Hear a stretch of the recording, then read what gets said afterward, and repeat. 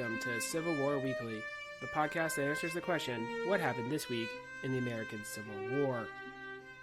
I'm your host, Tim Patrick, and this is episode 178, August 12th to August 18th, 1864.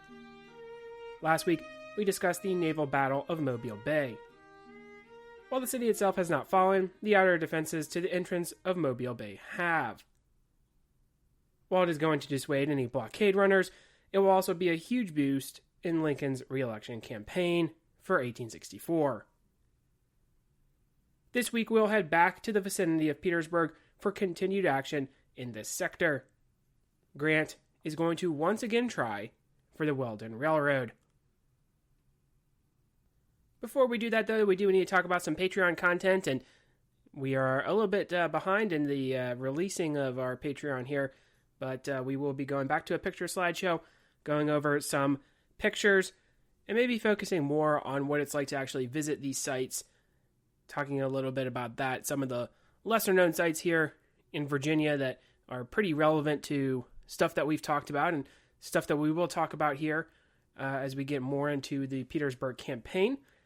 So that is going to be posted shortly, and then we will also have, going into September, a little bit of a change of pace. We're going to be talking about some poetry in the Civil War and reading some poems and kind of talking about those as well. So that's a little bit different than some of the other content that we've done, movie reviews, memoir reviews as well. So if any of that sounds like it would interest you, there is a link in the show description, and those proceeds do go toward the general upkeep of the show. They're greatly appreciated.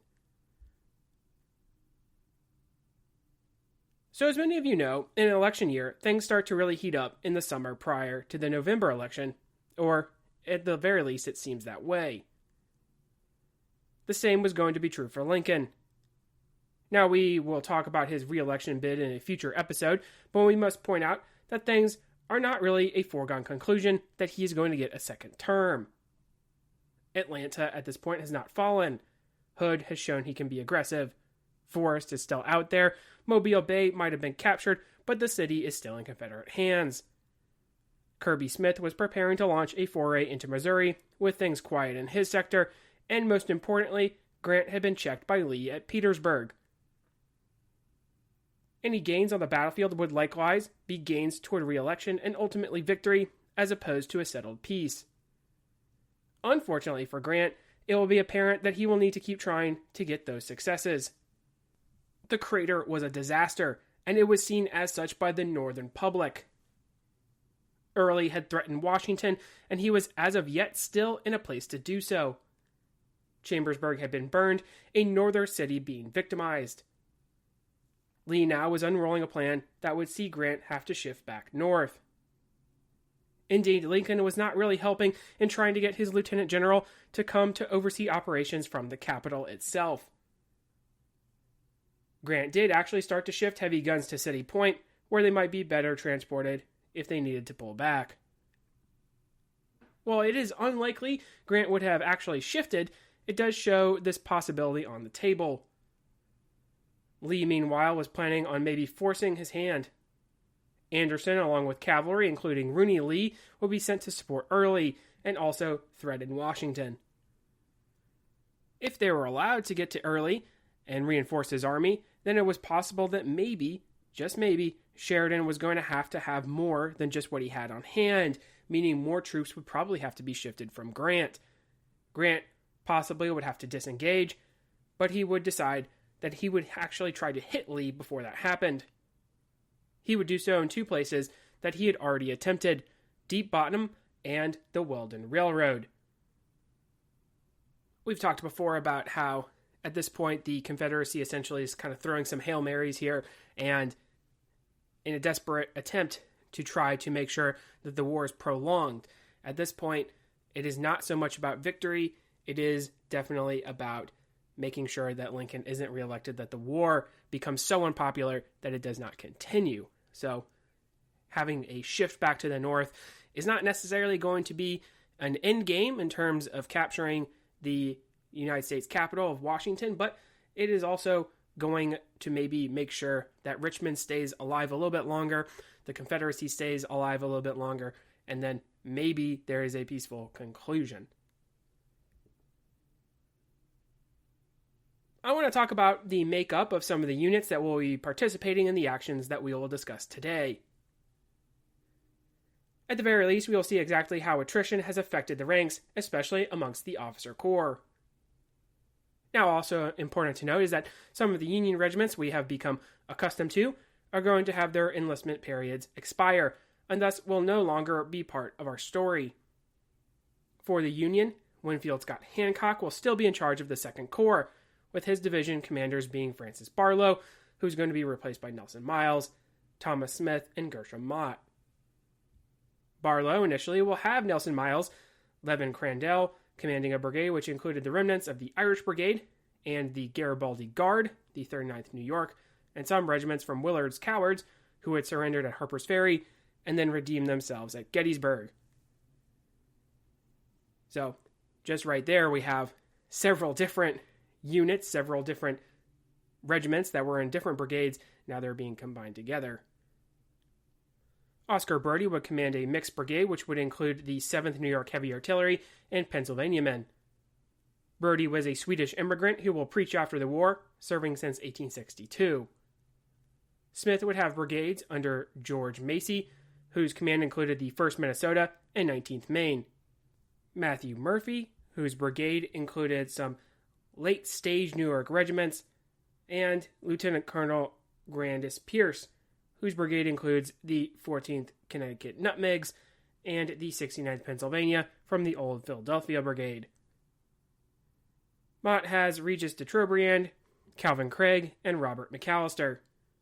De Trobriand has the 1st Maine Heavy Artillery and the 20th Indiana. Craig will have amongst New York and Pennsylvania regiments also the 5th Michigan. McAllister mostly would have New Jersey regiments. The 5th Corps is still under Warren. Charles Griffin, Roman Ayres, Samuel Crawford, and Lysander Cutler will all be division commanders.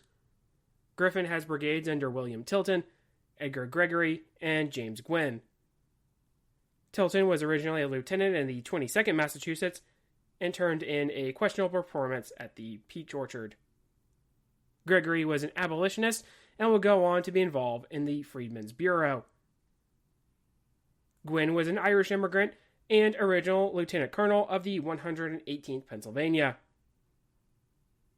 Ayres has Joseph Hayes, a Harvard graduate and engineer, commanding a brigade including the 140th and 146th New York, as well as U.S. Army regulars, and Nathan Duchesne is commanding the Maryland Brigade. Crawford has colonels Peter Lyle, Richard Coulter, and William Hartshorn. Cutler will have Bragg with the remnants of the Iron Brigade and Colonel William Hoffman. The 9th Corps is commanded by John Parke.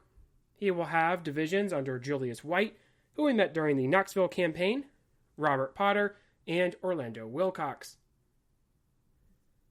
White will have brigades under Joseph Barnes and Gilbert Robertson. Potter is going to have Zinnius Bliss and Simon G. Griffin, with Wilcox having Hartranft and Colonel William Humphrey.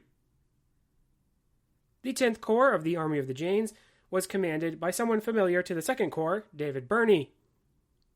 Birney would have divisions under Alfred Terry and John Wesley Turner. Terry has Joseph Hawley, who we talked about during Olusti, Robert S. Foster, and a brigade that will be commanded by Joshua Howe.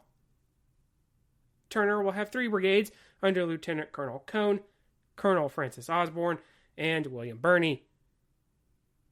He will also have artillery under Freeman McGilvery, an individual we met at Gettysburg. The Confederates we will have less to talk about, as there was less to go over since Early has departed. The 1st Corps still has Charles Fields operating. Brigades will be under Tige Anderson and the Georgians, William Perry and the Alabamians, Gregg and the Texas Brigade, Dudley Dubose commanding Benning's Georgians, and John Bratton's South Carolinians. As there is a mix-up in commands, we have roughly Wilcox's division, James Lane and Samuel McGowan operating with this 1st Corps division, and Rand's Wright's brigades from Mahone, commanded by Victor Guéraday. Guéraday was actually born in France and had served in the Louisiana Tigers in the early stages of the war. He had done a good job at the Battle of the Crater and thus received promotion as a result. Mahone will still have Weisiger and Colquitt and Klingen from Hoke. Weisiger, I think maybe we have talked about, but he was a Mexican War veteran and had lived in Petersburg prior to the war. He will go on to be a businessman and bank cashier afterward. Heath will have Davis's Old Mississippi Brigade, commanded by a captain, and Walker's Mixed Brigade under Robert Mayo. Mayo we may have mentioned when talking Pickett's charge at Gettysburg. After the war, he will practice law and serve in the U.S. House of Representatives. Mahone will also have a brigade under John Sanders. Sanders was only 24 years old, a brigadier general from Alabama who has been serving since Seven Pines. Heath will also have a North Carolina brigade under William McRae. McRae we have mentioned before, perhaps, him commanding a brigade that was greatly reduced during the Antietam campaign. He will go into railroads after the war. Now, as we have seen, Grant has flip-flopped between the two ends of the line when trying to get at Richmond and Robert E. Lee. He had called off certain attacks depending on where Lee was concentrating his strength. North of the James, though, would be his target in August. In this sector, only Field remained, along with Gary's cavalry and militia, many of the same characters we had met during the First Battle of Deep Bottom. This time, Grant would try some trickery, though. He would have the 10th Corps under Birney move across at the main crossing with Gregg's cavalry at the lower. The 2nd Corps, who was familiar with the area, having operated in July, would board steamers, head outriver, and then double back to land. Grant hoped it would seem like the troops were going to Washington or landing elsewhere. The troops actually hoped they were heading to Washington, or maybe even the Shenandoah Valley, as the trench life was proving to be difficult for many. Much straggling occurred as a result of remaining in this area. Birney's 10th Corps would begin putting pressure on the Confederates closer to Chaffin's Bluff. New Market Heights was a strong position that commanded the area with artillery. The Confederate line overall was formidable, but Field only had some 10,000 or so men to face the 38,000 the Union could bring to the battle. His left flank, close to the Darbytown Road, would be held by only some of Tige Anderson's men and cavalry. Holding the rebels in place, preventing a left shift, would be Birney's task. His command would rumble forward and engage the enemy skirmishers. One Confederate recorded the beginning of the hostilities. A splendid brass band on our right strikes up that holy hymn of ancient days, Old Hundred, carrying the mind of many a soldier boy back to the days when he sat under the ministry of some favorite pastor, and many a dimmed and glistening eye looked over the field of battle. Clearly, through the calm of Sabbath morning air comes the grand melody of that hymn. As the notes rise higher in praise of that God from whom all blessings flow, they seem to carry a solemn petition to the throne of grace for aid in the coming struggle. Hark, the scene changes. A short distance to our right, the sharp ringing notes of the skirmisher's rifle warn us danger ahead, and men that were but a few moments since religiously thinking of the past now must be heroes in the bloody present and hurry to take up the implements of death. Birney's 10th Corps would settle down to a firefight with the rebels, Hancock ordering a halt to their attack, his 2nd Corps arriving after some issues disembarking. Barlow would be tasked with turning the enemy left, moving his command to a position to attack across Bailey's Creek. Brodie, Crandell, and Macy would all be involved in the attacks, some of the Federals being caught up in blackberry vines around the creek itself. Macy's men would be forced to ground with a determined fire by the 24th Virginia Cavalry. Barlow would be disappointed with his troops, but morale in attacking earthworks was also very low at this point. A member of the 10th Corps would recall an incident that would show their new attitude following all the heavy campaigning. "Follow me, men, follow me," shouted a general officer, riding rapidly to the head of their recoiling column, as if determined to charge the enemy's works, if he must do so alone. For a moment there was a hush, as the men swayed back and forth in the edge of the sheltering woods, but not forward into the storm of lead sweeping the field.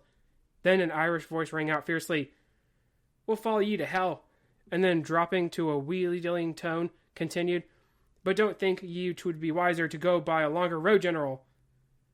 A roar of laughter greeted this Hibernian hit, and half laughing, half angry, the discomfited general gave the word to fall back. So August 14th would pass, with the Union not having too much to show for their efforts.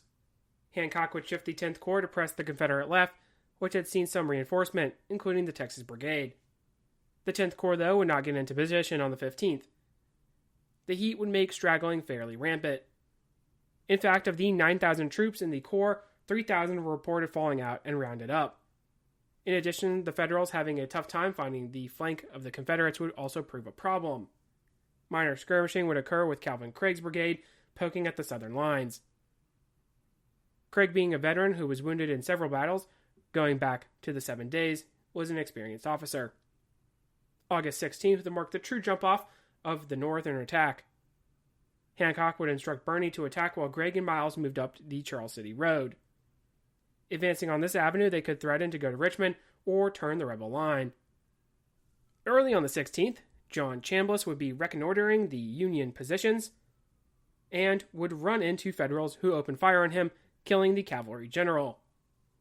From there, the troopers and infantry would brush back the Confederates in this area, but the Southerners were forming for a counterattack.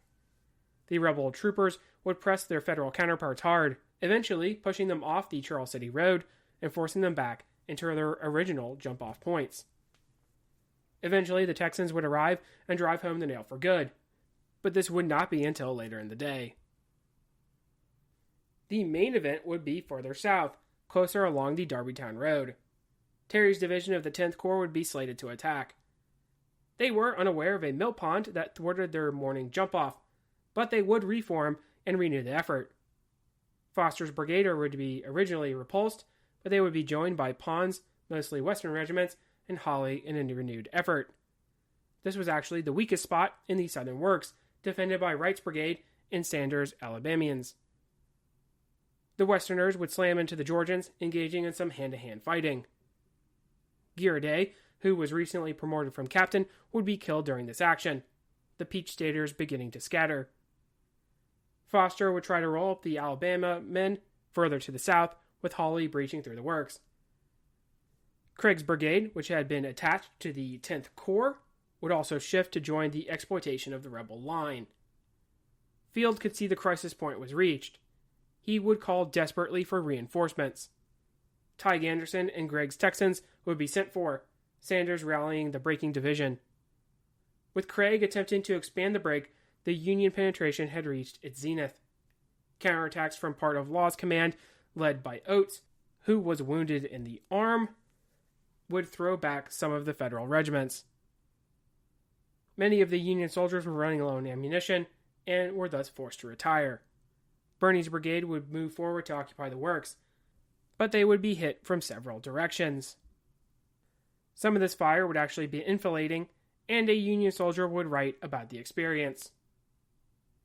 Being somewhat exhausted from the heat, I sat down upon the root of a large stump, from which the earth had been removed to build the pit. I had thus seated only a moment when a soldier crowded in between myself and the stump. I moved my bigness toward the end of which overhung the pit to accommodate him with a seat, which he barely had time to fill before zip came a bullet from the direction of the crossfire, which went just deep enough to furrow his face and carry away both eyes. A bounding shot from battery struck the top of the pit, scattering the earth in a shower, smashing the head of the soldier who was peering over, and nearly tearing to pieces another who stood on the high ground to the rear. The next moment, an unexploded shell severed a limb from a pine tree overhead, which leveled 3 men in the fall. Federals were thrown back from the rebel line, as the situation began to stabilize for the South. Hancock was geared for an attack on the 17th, but Grant would call it off. Hancock would call a truce to collect any wounded, but the Confederates had already done that. Remember that calling for a truce is an admission of defeat, which did not sit well with Hancock the Superb.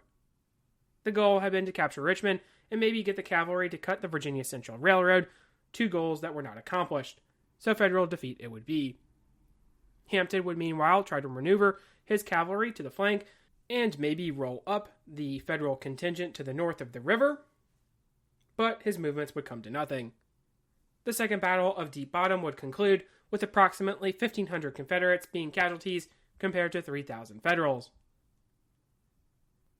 Now, there is an argument actually to be made that just given the amount of Confederate strength in the area, given the amount of men that the Union could have brought to the field, that Second Deep Bottom is probably one of the better chances that the Union Army has had to actually break through the Confederate defenses and get at Richmond, right?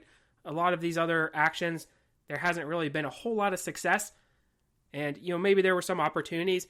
Certainly the Battle of the Crater probably was an opportunity for the Union Army. However, we saw how that kind of ended up, and there was not going to be as much of a concentration of Confederate forces in this sector of the field, so any kind of breakthrough is going to be probably on a higher stage, a higher magnitude than it would have been to the south of the river. Now, a positive of Deep Bottom was the shifting of Confederates back to the lines and not reinforcing early. With troops north of the James, Grant would shift his attention to Warren's 5th Corps and another strike at the Weldon Railroad. Now, the strength was not tipping the scales to the north of the river, but already Warren's 5th Corps had been pulled out in reserve. The 9th and 18th Corps would hold the main lines facing off against Beauregard's department and part of Hill's Corps. Now, some of Mahone's brigades had been shifted north, but there were still several divisions and Deering's cavalry in the Petersburg defenses. Grant would still order Meade to let Warren loose on August 17th. The plan would be to advance to Globe Tavern. You remember, we spoke about Globe Tavern in a previous episode. With this southern movement, the Federals would then be able to actually cut the railroad lines coming in to Petersburg and then, of course, Richmond. Warren would swing his corps out on the 18th and skirmish briefly with Deering's cavalry. In the meantime, the railroad would be damaged and telegraph lines cut. Some 5th Corps soldiers would heat the ties and make Maltese crosses in honor of their corps badge. Deering, though, would report to Beauregard, who in turn would send Heath from Hill's Corps to engage with the Federals. Brigades under Davis and Walker would press Roman Ayres and Crawford's divisions, driving back the Federals. Warren would respond by throwing in some reinforcements, including remnants of the Iron Brigade, to stabilize the line. Warren would in the process have his horse shot from under him. Advancing back over the lost ground to the north, the Federals would slowly look to exploit the smaller Confederates. Heath would keep Colquitt's recently arrived brigade in reserve and hold for the 18th in the face of the entire corps. Reinforcements would be gathered on both sides with the expectation that hostilities would resume on the 19th. I have seen it pointed out that this is a great testament to how far the Army of the Potomac had fallen off in quality, the 5th Corps needing some 7 brigades to handle the few that Heath had brought to the field. Now Warren would try to protect his right flank, which was in the air. He would dispatch the troops under Bragg to connect with the arrived 9th and or 2nd Corps men. You see there had been some shifting in the line. 2nd Corps shifting back across the river, Gershom Mott was on the way in the rain to join the command. He would try to connect his skirmish lines, but there would be some kind of miscommunication, especially with troops filtering in and out. Mahone would see this disconnect and push through, his brigades turning toward Globe Tavern and beginning to roll up the defenders. Men in Hartshorn's brigade, known as the Seven Shooters because of their Spencers, would break their formidable weapons before surrendering. So quick was the advance by Mahone's men. Remnants of the Iron Brigade would break rather than be overwhelmed. Charles Wainwright, commanding the artillery, would pour fire toward the rebels as they appeared, dangerously shooting toward Crawford, who had not yet withdrawn. Many Union men would become prisoners. One Federal would record. Of a squad of Confederates led by a hatless and excited officer coming directly through the woods that every man in the 88th was fully convinced was the rear. They were immediately halted in order to surrender, but decidedly objected, explaining that they were the ones to surrender, as they had us surrounded.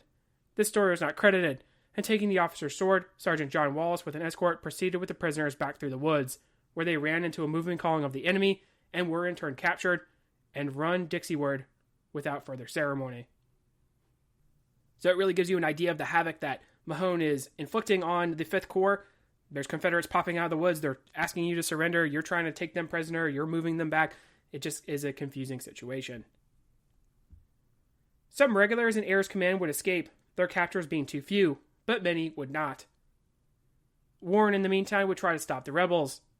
Already, Heath was engaging his front with Mahone rolling him. He would throw Wilcox's command into the fray, although Warren was criticized for having taken quite some time in getting the 9th Corps reinforcements into place and moving. By this time, Mahone would only have Weisiger's brigade left.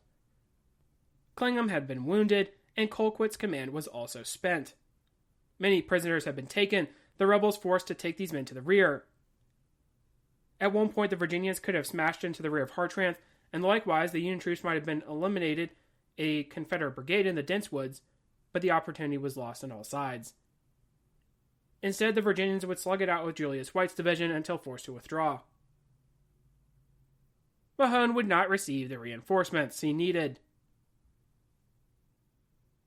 Heath was already stretched very thin, and more 9th Corps men briefly counterattacked, including Humphrey's brigade from Wilcox and a small part of Potter's command.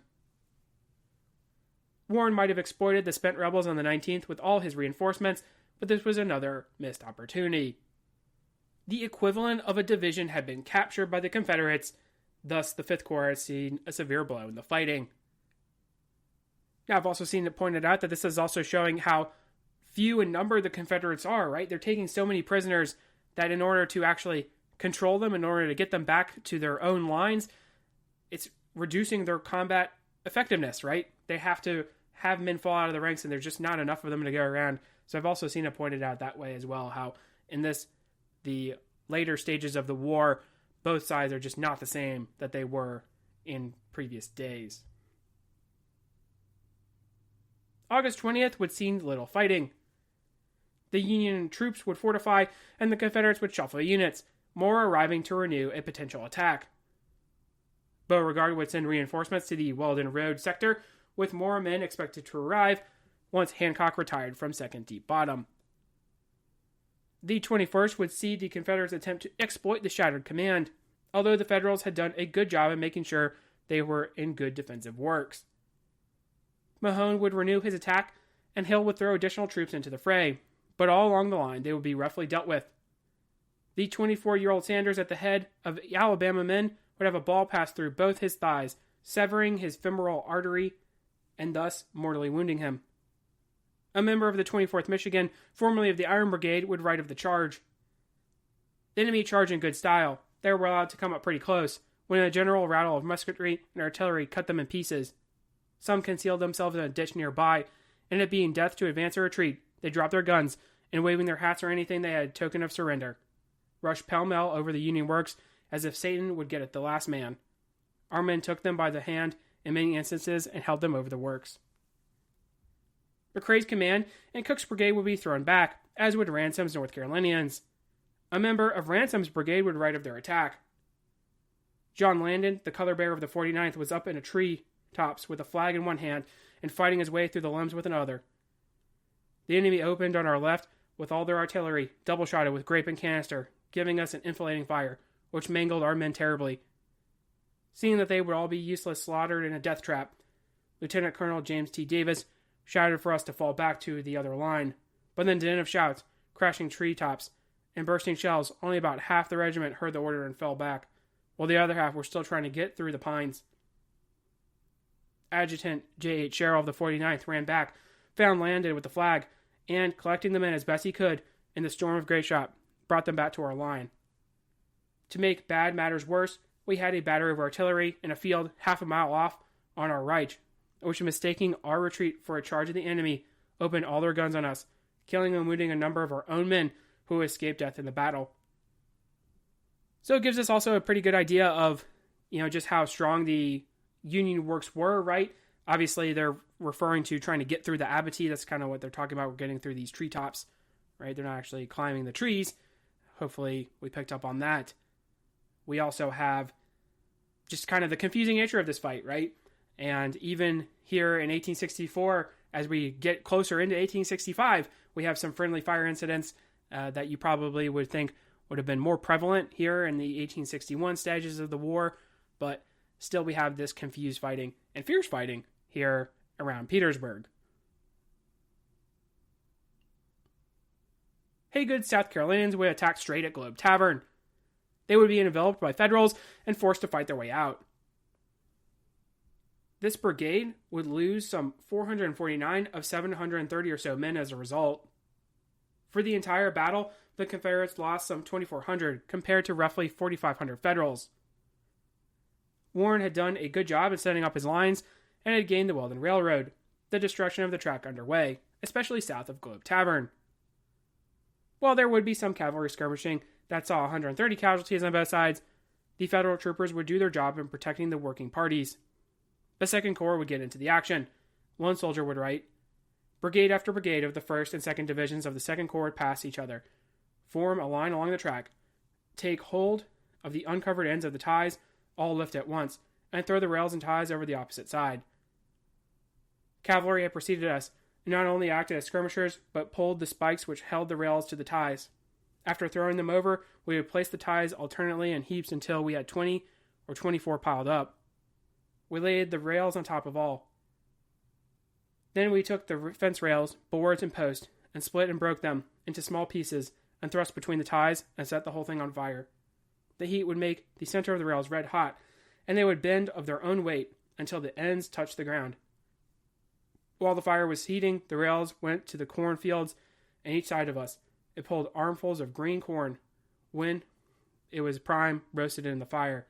We continued doing this all day, tearing up, firing, and roasting. The cavalry action did have a major effect on the proceedings, though. Wade Hampton would believe that the Union garrison at Ream Station was weak and could be struck with cavalry and infantry.